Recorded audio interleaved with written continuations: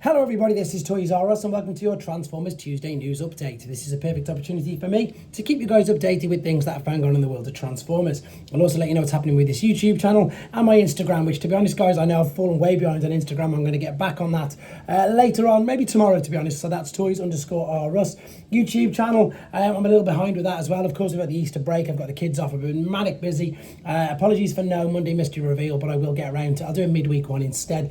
And to be honest, I'm not too sure I'm going to get done later. Hopefully I'll get home at a reasonable hour to get a quick video out for you on that. But with regards to today, let's kick off with the comics, which are going from strength to strength. I'm pretty sure they were only going to sign up for an initial 20 comics with Skybound, and then they had an extension. Well, funnily enough, let's have a look at issue 20, which is great. I'm just looking, oh, it has got a Pie's name on it. So this information is all from TFW 2005. If you want to head there to see the pictures without the reflection, or indeed just to find out more about the stories, then obviously you're welcome to go there.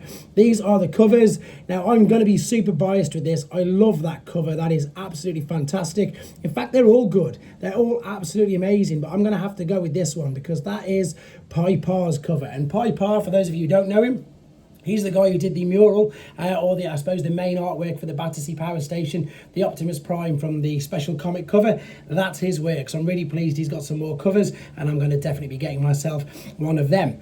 One thing I'm definitely not going to be getting because it's 490,000. However, if you're a lottery winner or a YouTuber or an influencer who earns an insane amount of money and you love Barricade, you can purchase. So it is literally the car used for the last night. This is Barricade. So curated, a Miami-based vintage supercar dealership is offering this heavily modified 2016 Ford Mustang that featured in the movie.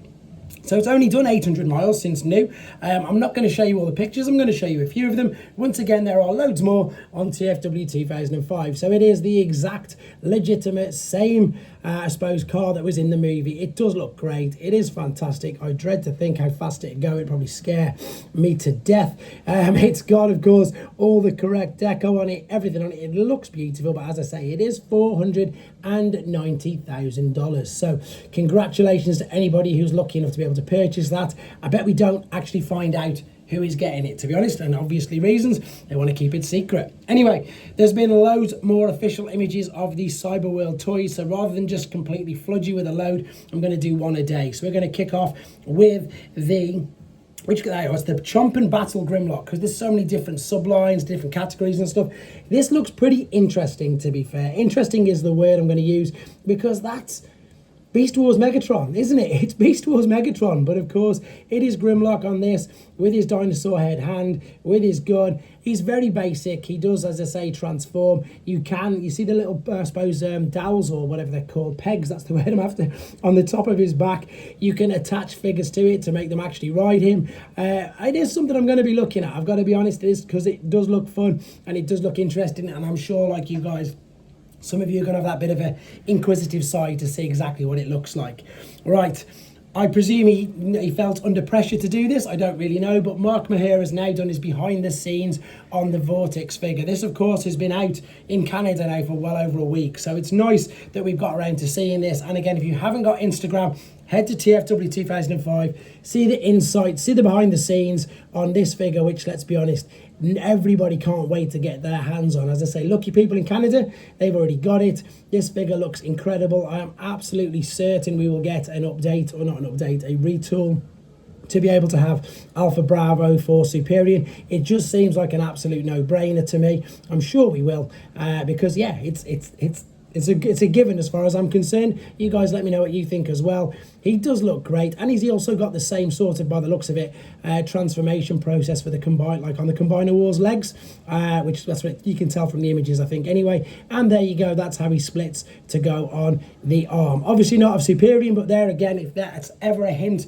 for Alpha Bravo, it's got to be there, hasn't it? Right, last images of this. That's how he squares up against Air Raid. And now we're going to move on to some third party. Now, this again is still on TFW 2005. This is Kang Toys. Now, I've reviewed their take on a Gold Thunder Kang, which was a huge Predator King.